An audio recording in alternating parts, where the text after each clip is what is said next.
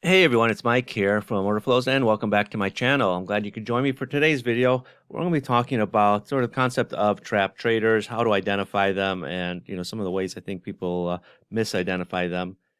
And before I jump in, if you've been enjoying my videos and learning from them, be sure to subscribe to the channel, click the notification bell so you don't miss any new upload. And if you find today's video helpful, be sure to hit the like button for me and leave some comments in the section below. I love hearing your feedback. Your support really does go a long way in helping me create more videos. So let's go ahead and get started with today's topic. All right, let's get into it. So the concept of trap traders. What are trap traders? Well, basically they're traders that are long in wrong or short in the hole, right? These people sold at the low of a move or bought the high of a move, right? They're basically looking for a breakout that never materialized. Now, when I see a lot of people talking about trap traders, stuck traders, I call them stuck traders. That's a term that I picked up when I was in Singapore. People being stuck in a bad position. But to me, it's the same thing. And, a lot of people, they'll look at a chart, like this is a bar chart, and say, oh, there's trap traders up here, or trap traders down here, or trap traders here, or trap traders here. They'll just look for, a little bit of a recent breakout that failed and just automatically assume that it's trap traders, right? And they'll say, oh, traders are trapped. Well, you're just guessing, right? I mean, really what you want to be looking at is the volume. And again, it's semantics. I mean, if you want to call, the people up here trap traders, of course you can, right? Because obviously people are buying up here or not. It's just one of those things as a trader and someone that watches order flow, seeing the volume that goes through, there's a big difference between normal volume of trade or normal market facilitating trade and actual trap traders. Okay. But again, I'm not going to say, oh, you can't say there's no trap traders here because obviously someone is selling it down in here and reverse it. Sort of the problem that I get is, not a problem, but rather the thing that sort of makes my hair on my arms rise is because people say, oh, see, there was trap traders up here and that caused the sell-off. Well, no, I mean, you're not talking about thousands and thousands of traders being stuck up here. Realistically, this is gold. This is a 1 minute chart. It's probably 30 contracts that were bought up here near this high. And this 30 contracts isn't enough to stop the move and reverse it all the way down to, to new lows or much lower, because it's 30 contracts that could easily be traded within the next 30 seconds. But, again, I see that all the time. If you're looking at, say, crude oil, right? People say, oh, you got trap traders down here, okay, and it causes big move back up. Well, no, probably not. It's just one of those terms that it sounds sexy and nice, but in reality, for me at least, there's certain ways to identify trap traders, and I'll get into that here. So gold, okay, so let's just sort of go back, to that high that was made here, right? Again, you see, you got that big wick up. People sort of associate big wicks with trap traders. Yeah, it's a probe going up. You can see even here, it's got unfinished auction up here, but it's 9, it's 36, it's 35, and 9. So, about 70, about 80 contracts trade on the offer up here. Up here on the bid side, you got 60, what is that? 44, 54, 64, 65, 66. So, it's pretty evenly distributed. I mean, a little bit more on the offer than on the bid, but that's to be expected as you're going into new highs, right? You need that aggressive buying. That, to me, this isn't trap traders. What, to me, is trap traders is this one down here, this selling imbalance. Why? Because, again, it's probably not a trap trader. It's probably a stop that got triggered at 52. Okay, so remember, we had just made a high earlier in the day up here at 58.90. Sold off. Again, we got down to 54. Over here, we got down to 54.30. And then we break down below 52. And it comes down here. You see 52 contracts, 36 contracts, 29, 22, 0, 0, 0, and 1 on the offer side. So to me, that's probably a stop that got triggered. I don't necessarily think it's a big order that went through other than a stop order. Okay, I mean, I don't think someone just came in and after the market sold off $8 said, sell me 200 contracts right now. right? It's probably a stop that was sitting down here at 52 and triggered it, and it snapped back right away. So this, again, what is that? 52. It's about 90 contracts plus 30. It's 120 plus 20, about 140 contracts. Okay, got sold down here. But then you look at the volume, 140 contracts out of a bar that trades 981. Again, if these traders are trapped, right? If everyone, the whole thing of, oh, we got a bunch of trapped traders down here. Well, okay, there's plenty of room for them to cover it in this bar and volume-wise, or even the next bar, volume-wise, right? So then you can see how this market sort of went up, came back down, and then snapped back up. But really what I'm looking at is sort of the footprint that's left. Call it a stop run if you want. 52, this volume here with the no counter trade, sort of you get this imbalance coming in at the low after a move. It's probably a stop run more than trap traders. But really what you want to be watching is, because again, it's a stacked imbalance. Well, where do you want a stacked imbalance coming in? Right? You want it coming after a big move down has been made, or somewhere a little bit higher. Right? Here you got a stacked selling imbalance. Okay, that's nice. You got follow through, right, in the next bar. So it's continuing. Here, right, this is sort of why I think this is a stop more than anything else. Is, okay, you got that big push down, it gets triggered, and then then it snaps right back, right? When there's a big stop, the market often snaps right back, right? Which it did. Right? It came right back here and it's trading above. So we got a stacked selling imbalance, but we're trading above the stacked selling imbalance.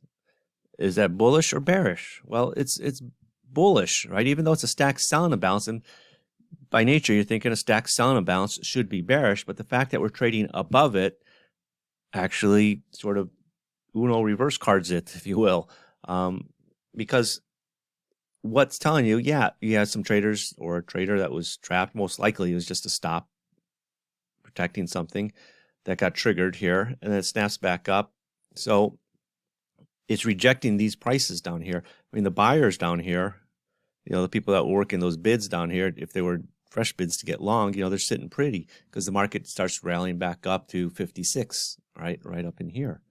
But whenever I see a stacked selling imbalance, then immediately the next bar is trading above it, I'm not thinking this market's going to continue selling off because I have a stacked selling imbalance. I should be trading below it like you are over here, not above it like here. Okay. Now we see some heavier volumes coming in here, 114, 103. Okay. So yeah, there is some supply coming into the market at these levels. I want to see, is there going to be follow through? Is this supply going to be enough to sort of keep your foot on the market? All right. And it's not. All right. You can see the market bounced up, came down here, strong sellers at 52.60, 114, 103. But then the next bar, we're trading above it. And then we're just trading right around it. Okay. And then it pops back up to new highs. Or not new highs, but the swing highs. Take that back. People say, you said swing highs. No, it's just swing highs, not new highs. Now, crude oil today, again, I'm just pointing out the interesting things in the order flow, right? To give you guys sort of a lesson of what to look for and how to use it in your own trading. Now, similar thing here in crude, okay, but not in the sense of trap traders, but when you're looking at heavy volume, you always want to be looking at where it's coming in, okay, and how it's coming in. So imagine, right, crude was selling off, 1135 made this low at 90.86. Coming down into the low, there's some support, right? There's some decent bids, 145, right, 102, 107. And then it trades back up to 90.90. So it makes that new low, comes back in. But there's still some selling pressure in here. You can see the 181. Okay, so I know I got a big seller in there. And if you're watching this in real time, you can see that there's a big seller in here, right? This bar, it sort of opens at this 92 area, and there's a big seller at 91. So what do you want to watch? You want to watch, are we going to go down from it or not? Because is this pressure going to be enough to sort of keep its foot on the neck of the market? Well, it's not. The market just snaps right back up. right? So, it's one of those things where when people think of trap traders, right, they're just looking at these big wicks and saying, oh, someone came in and hit this down. But really, to me, one of the ways that I'm going to look at is where there's strong volume coming in. Here, right? I got a fresh seller because we just made this low. We just traded down there. I got a fresh seller coming in here with 181.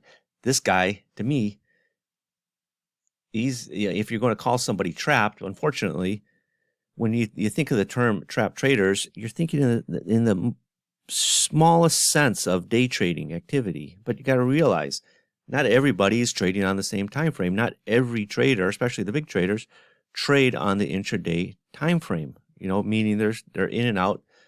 Big traders got long-term time frames. That's what makes them big traders. They're able to hold positions longer. So it's not like, oh yeah, somebody came in here is offering 181, the market starts trading higher and they're scrambling to buy it to get out. Well, no. I mean, the big seller, if you're a big institutional seller, you're selling it at 91 and then it rallies 10 ticks against you. You got to think, oh my God, it's going against me. I'm taking too much heat.